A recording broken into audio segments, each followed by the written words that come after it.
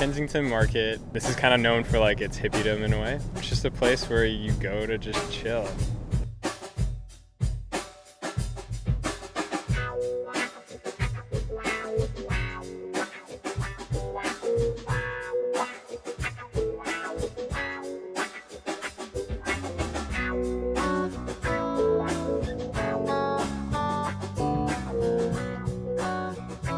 You're gonna have more interactions that aren't based through some kind of technology.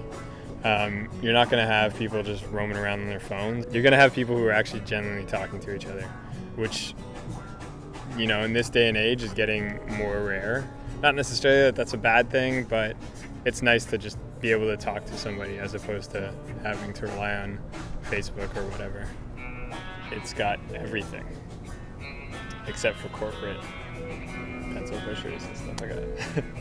You can feel that when you walk around, you know, all the art and stuff like that. It's super important to have a space like this. There's something about having a space where people can create. Kensington is that space for Toronto. Like if we were thinking of Toronto as like a brain, Kensington is that space where you can be creative and you can have dogs and you can... Walmart tried to get a space here in Kensington, which would have demolished the community.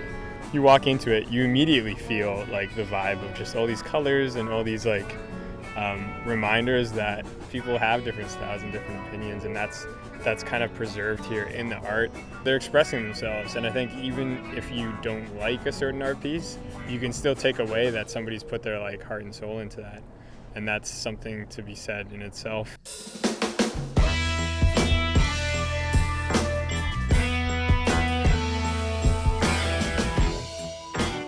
There's a lot of people you just can't ignore.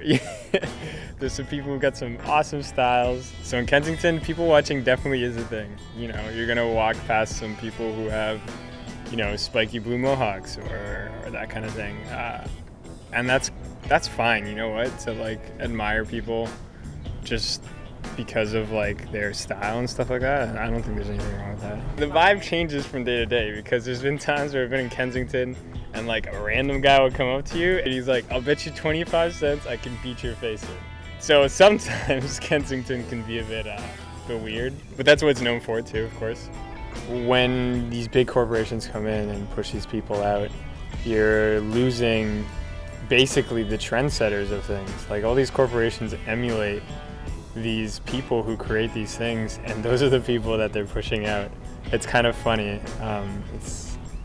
It's weird, but that's what, you know, in terms of profit for corporations, they want to take what's hip and what's cool and package it in a box and send it out to you. We've seen it before, especially in Toronto. Queen Street West used to be such a hub too, also for people who are artistic and want to express themselves. It's been kind of pushed out, whereas now Queen Street West is just like, you know, where's Abercrombie and Finch and all that stuff, right? Yeah, I mean, I'm worried that that might happen again. But I know also that if it does, there's always going to be a location where people can settle and kind of like do that. Coffee is as much about the taste as it is the location. I like Jimmy's a lot, just because you get that outside kind of backyard vibe. It's just a nice place to kind of hang out with. Kensington is definitely a part of Toronto. It's a very defined kind of location of Toronto.